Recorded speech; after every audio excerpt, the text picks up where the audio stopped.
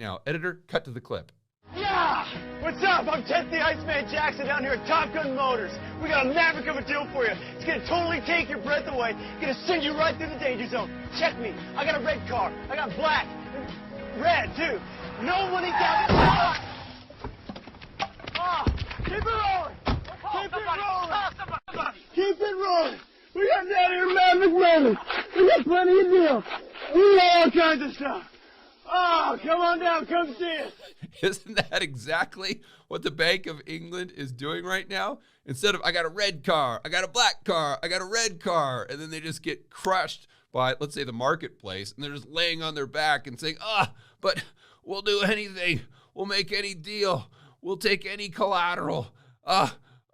It's just like that guy in the commercial. So this is the position the Bank of England is in right now as we speak. Article from the Financial Times. Wall Street stock fell in choppy trading on Tuesday, pulled lower by the announcement from the Bank of England that it would end its emergency interventions in the UK bond market by Friday, October 14, 2022. The broad S&P 500 index ended the day down 7% in NYC, having hit its lowest level since November 2020 during the trading session.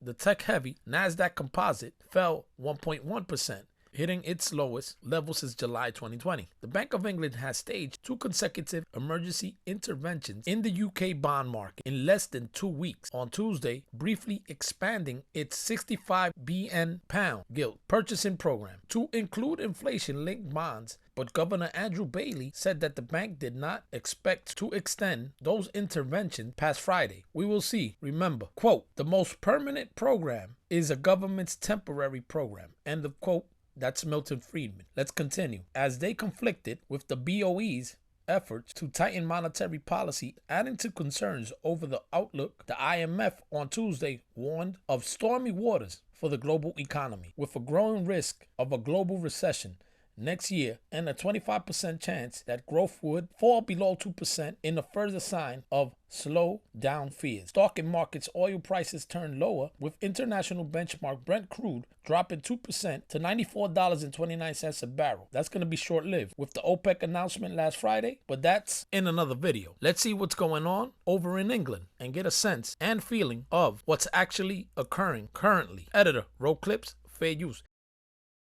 In the sand, as we heard from Andrew Bailey, the governor, yesterday on ending purchases, why that is making markets nervous. Good morning to you, Valerie. Tell us more.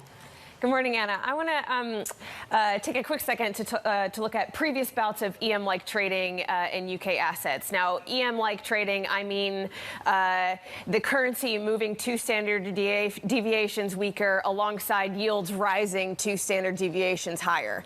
Now, this was a study done by Spectre Markets that I found overnight, and I found it very interesting. The 2 previous bouts of this happened in September 2009 during this little thing called the Great Financial Crisis around the UK bank bailout, and 2016. That was during the Brexit vote and the government turmoil.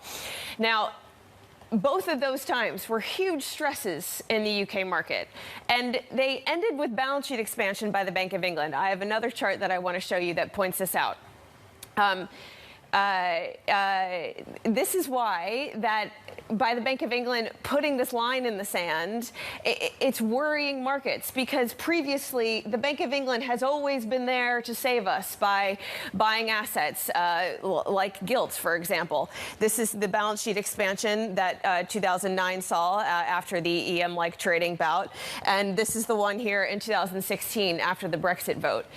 So markets are still trying to come to terms with how do central banks deal with financial instability when they need to tighten policy? We know that these 2 times in the past were times of low inflation. There really was no urgency to get financial conditions into restrictive territory. We're in a different situation now. The Bank of England can't just turn around and offer this liquidity to the market nonstop. It has an inflation fight to deal with. So time and time again, we're ending up with these scenarios where central banks are going to have to look at financial instability and weigh it versus its credibility, essentially. Someone who's been watching the Bank of England, Steve Leisman, is here. He's got a lot of details on what happened overnight with the Bank of England announcing those new emergency measures to shore up the bond market. Watching the pound and the dollar this morning, obviously the dollar getting a little stronger. Steve joins us with more of the details. And Steve, this is starting to feel a little eerie. Yeah, so Becky, the day after that massive bond sell-off, we talked about it yesterday, Bank of England steps in again with new measures to halt the rout. It looks like it's been successful in holding that route, but not necessarily dialing back the sell-off.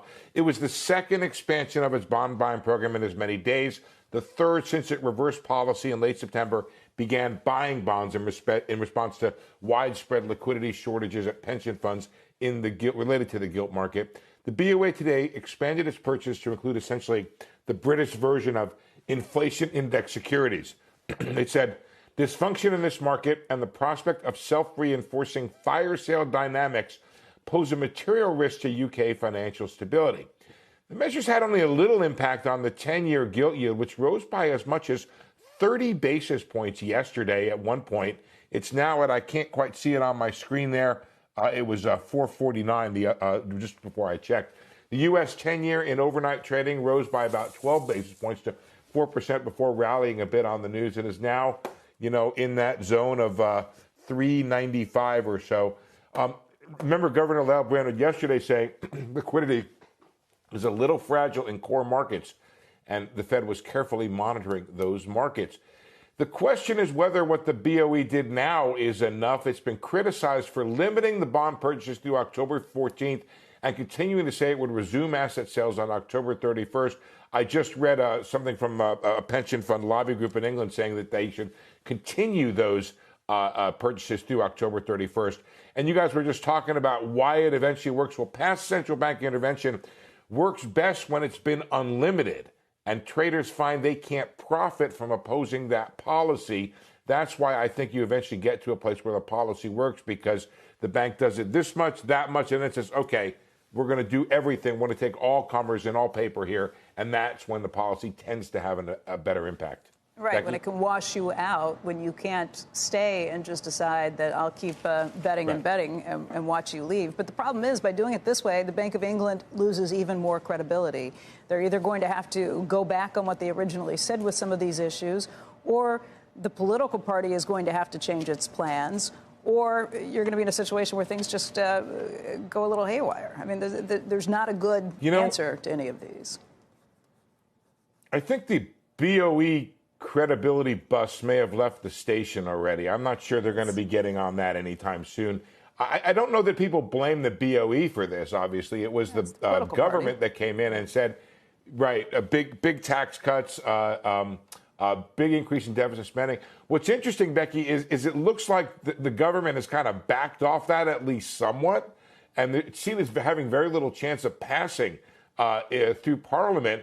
So then that has not calmed markets. There's still this liquidity problem. Hey guys, it's Jose, your regular Joe Blow, keeping an eye out and my ears open to current events, even though I really sucked at this topic in class when I was in high school. Mr. Smythe will be proud. Shout out to you, Mr. Smythe. I'm doing my best, guys. What we can take from this are the stark warnings presented to us in these crazy times. Move accordingly. Prepare, prepare, prepare. This is history in the making. This cannot sustain. If they pull back bonds, something's going to break. If they hold it, it's going to also break eventually. So what do you think they are going to do? Take the pain by facing the problem head on, or continue to put band-aids on a hemorrhaging wound? My answer is they will continue to put band-aids while trying to get a raise and bonus in salaries and dream of an economic Nobel Prize.